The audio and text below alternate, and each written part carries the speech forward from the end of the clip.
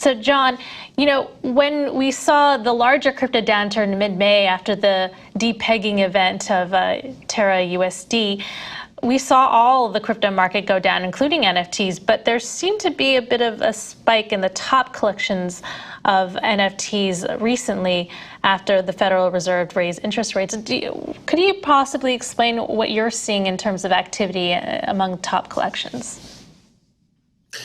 Yeah, I mean, I think what we're seeing is kind of almost a flight to safety, if you will. NFTs had a massive run last year, and I think during the turbulence, everyone was afraid to, put money anywhere, essentially. And, now that the market's kind of stabilizing a little bit, we've seen an uptrend. I think we're seeing folks get excited getting back into the market, and, the natural place to start is NFTs and projects that have been around for one time. And, SuperRare has also seen quite an uptick. I think July was almost double the volume of June for us.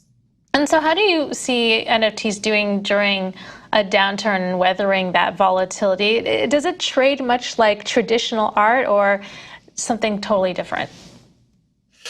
What's actually pretty interesting is the dollar volumes were down quite a lot, but if you look at the Ether volumes, they were actually steady. So I think we saw a downtrend that ended in about April, March, and we had the same, it was kind of flat. So even though if you look at the dollar numbers, right, we're seeing, fairly massive downtrend, but as far as collector numbers, artist usage of the platform, and, kind of like Ether traded, it's actually been pretty steady, which is an interesting thing to look at.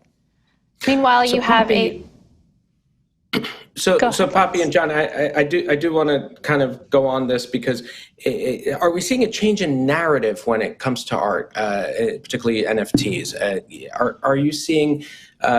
Do you feel that some sort of change has happened over the past few months with the U.S. going into a recession here, but also with crypto winter in terms of how people view NFTs, why they invest in it, what they say the reasons they give for putting money into an NFT or experiencing it, et cetera. Has their narratives changed? And are you aware of any of that kind of change? Yeah, absolutely. I think, where people are starting at, in any type of mania, people are, putting their money into crazy things. And I think what we're seeing here is, people kind of thinking about utility. And I think crypto and art, like crypto art, SuperRare has always been around about art since we launched.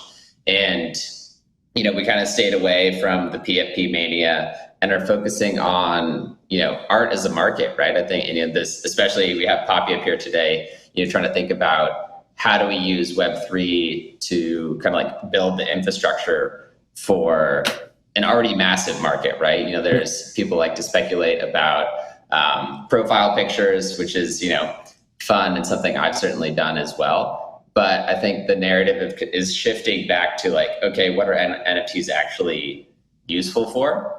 And one of those things is kind of changing the economics for the creator economy. How about you, Poppy? What are you seeing in terms of change? Are you coming across any sort of differences in what's being discussed there? So, it's obviously this, as John said, rapidly expanding market, right? But it is also still, as you asked, it's kind of in some ways mirrors some of the kind of historic ways in which we've seen traditional art markets work, right? We're now in this point where people are establishing value. Right, where there was a huge flood of assets in Q4, and now this year, part of the crypto winter, but also part of a natural stabilization of an art market, people are trying to work out where that value lies. You're also seeing collectors grow in confidence, right, about their tastes. So very interesting to see. Okay. Poppy, you froze just a bit, but hopefully the internet will keep up.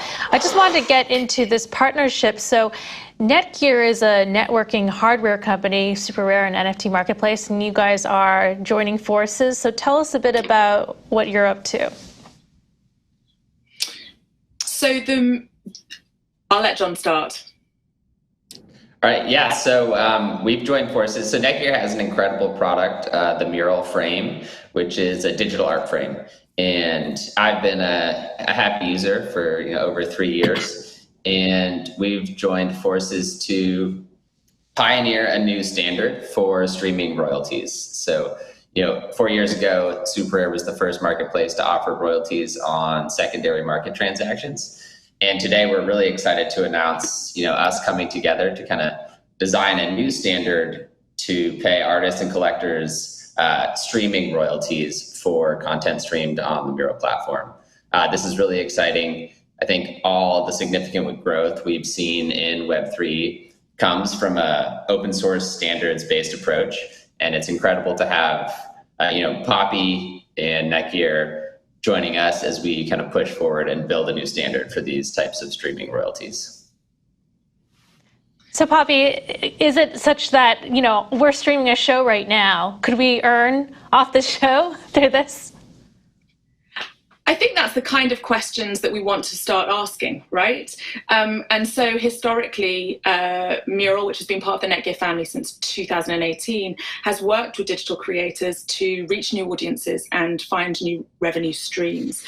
And as John said, this is the next step with the innovation of NFTs is to try and work out how to make good on the economic and creative powers that they have granted creators in the space. So yes, watch this space. Streaming royalties are definitely possible.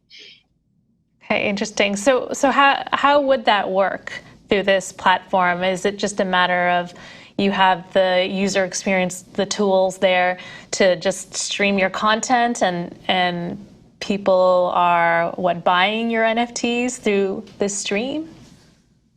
So licensing has existed for centuries, ever since the first printing press was invented with the idea of copyright. But I think what we're talking about is if artists and collectors want to license their work to other audiences, right? That might be residential, it might be in hospitality. What does that look like? And we want the community. We want the Web3 community, the SuperRare DAO, which Netgear has joined. We want them to inform that process. So we're at the very beginning of what will be a collaborative process of working out that standard and that license. Right. And I wonder, another piece of news that we're monitoring this morning is that TIFFANY is creating CRYPTOPUNK necklaces, selling them for about $50,000 a pop. And I wonder if we're going to see more and more of this attaching non-fungible tokens to physical items. And how do we authenticate these things to make sure that the physical items are also as non-fungible as the digital variations of them? Yeah, absolutely. I mean, at the end of the day, NFTs are certificates of authenticity, right? There's a person who minted them, and that's kind of how we've always thought about them for digital art. But that was a big part of what was missing in the digital art market was the ability to certify the issuer, ideally the artist, right? Because it's a creative object that they put out into the universe. And so if you think about something like a Tiffany's necklace or a Supreme T-shirt, having cryptographically secure certificates of authenticity is going to be very impactful for the size of those secondary markets. Poppy, did you want to weigh in? Yeah, I mean, Meural is a Wi-Fi connected frame. It allows you to show those NFTs on your wall with the kind of gravity and ceremony that you expect of art, right? But Netgear as a business is really putting its